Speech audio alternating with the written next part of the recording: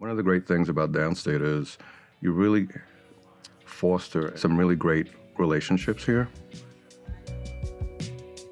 Greeting new students, that's a lot of fun.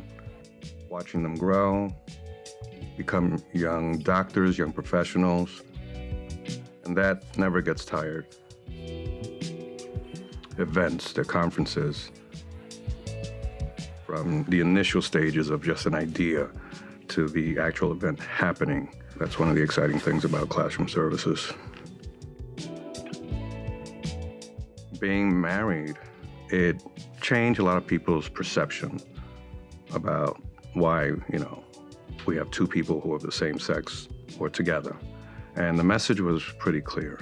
It has to do about love. I had booked a champagne cruise and my partner and I, we were on the boat when we got the news.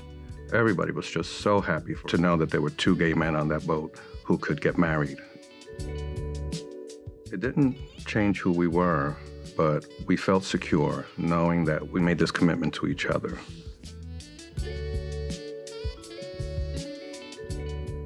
Pride has changed for me in each decade.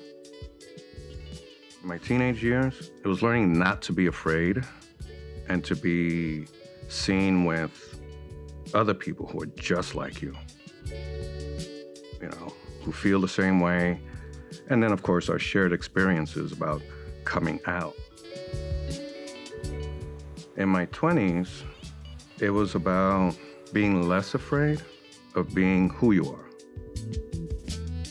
In my 30s, pride meant not forgetting our history. I know in my 40s, it came where our younger generation, the ones who are behind us, to teach them our history and have them learn and don't forget, because everything can be wiped out in the blink of an eye.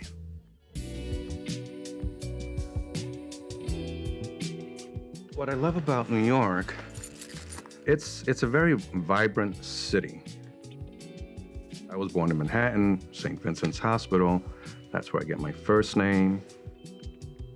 I lived on the Lower East Side.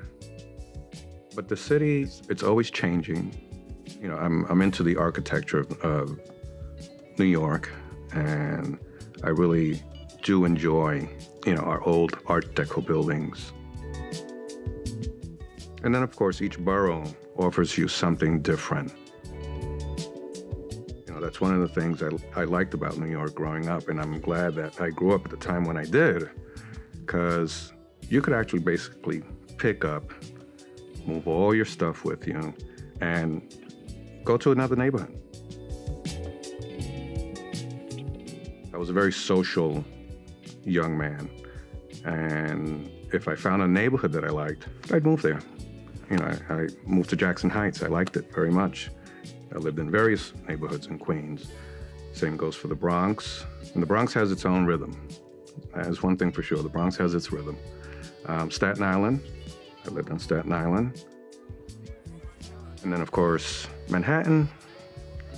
You can walk everywhere. You can just walk anywhere. And you can actually sit down, have something to drink, and listen to all the different dialects, everyone from all over the world.